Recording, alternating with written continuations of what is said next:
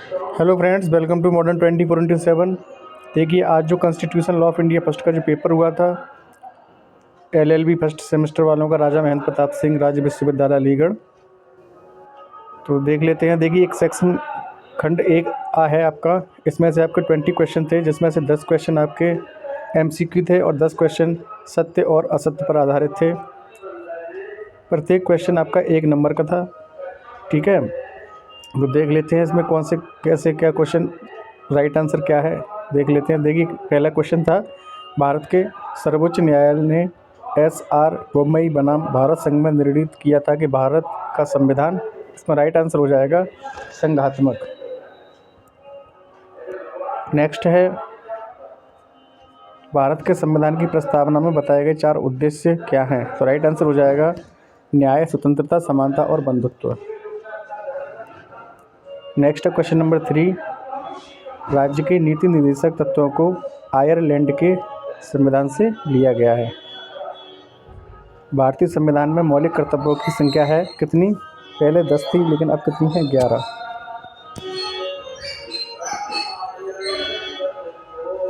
संविधान के कौन से अनुच्छेद में कहता है कि जो विधि असंगत या संक्षेपण करती है वो शून्य है? तो ये हो जाएगा अनुच्छेद 13।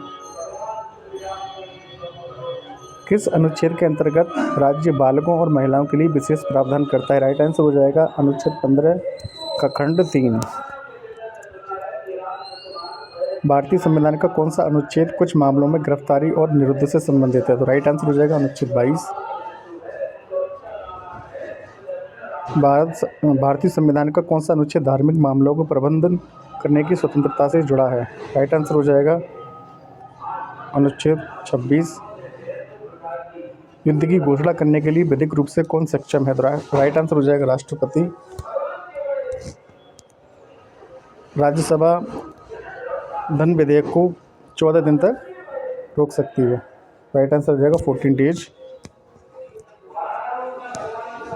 भारत का संविधान भारत के लोगों के प्रति समर्पित है। तो सही है ये।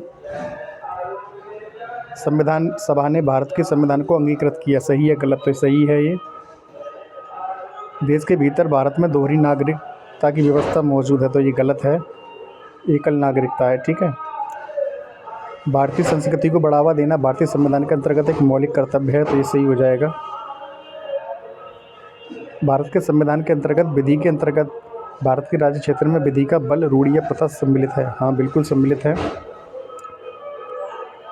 राजीव कुमार गुप्ता बनाम भारत संघवाद दिव्यांग लोगों के लिए राज्य सेवाओं के आरक्षण से जुड़ा है। तो ये सही है। भारत में प्राण एवं दैहिक स्वतंत्रता केवल नागरिकों के लिए उपलब्ध है? नहीं, नागरिकों के साथ साथ ये विदेशियों के लिए भी है। तो 14 साल से कम उम्र के किसी भी बालक को किसी कारखाने में काम पर नहीं रखा जाएगा। ये 14 आएगा। ठीक है, 14 आएगा, 14 साल। भारतीय संविधान के अंतर्गत राष्ट्रपति अपना त्यागपत्र उपराष्ट्रपति को भेजता है। तो ये सही है। राज्यसभा के सभापति को राज्यसभा भंग करने का अधिकार है? नहीं, क्योंकि राज्यसभा स्थायी सदन और ये कभी भंग नहीं होती है। खंड बात है। इसमें देखिए, लघुत्तरी प्रश्न आए थे 10, इसमें 10 में से आपको 5 ही करने थे। ठीक है, और 30 से 40 शब्दों में ही इनका आंसर देना था। प्रत्येक क्वेश्चन जो था 5 नंबरों का था। देखिए क्या क्या क्वेश्चन आए हैं। संविधानवाद क्या है? क्या संविधान की प्रस्तावना में संशोधन किया जा सकता है? Question number 2। क्वेश्चन नंबर 3 है, एक भारतीय नागरिक राष्ट्रगान गाने से मना कर देता है, क्या उसे गाने के लिए बाध्य किया जा सकता है?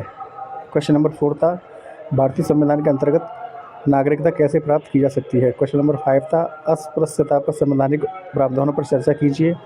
क्वेश्चन नंबर 6 था, क्या सम्मान के साथ मरने का अधिकार एक मौलिक अधिकार है?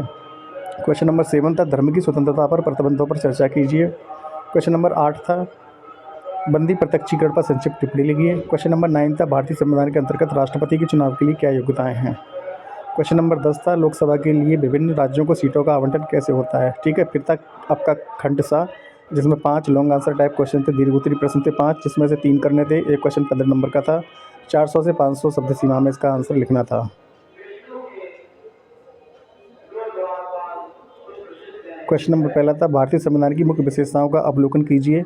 संविधान की प्रस्तावना में दिए गए उद्देश्यों की व्याख्या कीजिए। तो क्वेश्चन नंबर दूसरा था, मौलिक अधिकारों और राज्य के नीति निर्देशक तत्वों के बीच आपसी संबंधों पर चर्चा कीजिए। क्वेश्चन नंबर 3 था, भारतीय संविधान के अधीन धर्म की स्वतंत्रता के अधिकार के क्षेत्र का अवलोकन कीजिए। क्वेश्चन नंबर 4 था, निर्णीत वादों की मदद से वाक और अभिव्यक्ति की स्वतंत्रता पर चर्चा कीजिए। क्वेश्चन नंबर 5 था, संसदीय विशेषाधिकारों का अर्थ और उद्देश्य क्या है। संसदीय विशेषाधिकारों के अंतर्गत बोलने की स्वतंत्रता। ठीक है, ये क्वेश्चन थे। तो पेपर सही था, बस थोड़ा पहला पेपर था, इसलिए कुछ लोगों के कुछ क्वेश्चन छूट भी गए होंगे क्योंकि 2.5 घंटा काफ़ी कम है। ठीक है, आप ध्यान रखिएगा, आपका जो लघुत्तरीय प्रश्न 30 से 40 शब्दों में ही करना है और 300 से 400 शब्दों में दीर्घोत्तरीय प्रश्न करना है। टाइम मैनेजमेंट का सब खेल है। ठीक है, तो हर प्रत्येक क्वेश्चन कीजिएगा, कोई क्वेश्चन छोड़िए मत। थोड़ा थोड़ा लिखिए लेकिन हर क्वेश्चन को सॉल्व कीजिए, तभी आपके मार्क्स अच्छे आएंगे। थैंक्स फॉर वॉचिंग, मिलते हैं नेक्स्ट वीडियो में।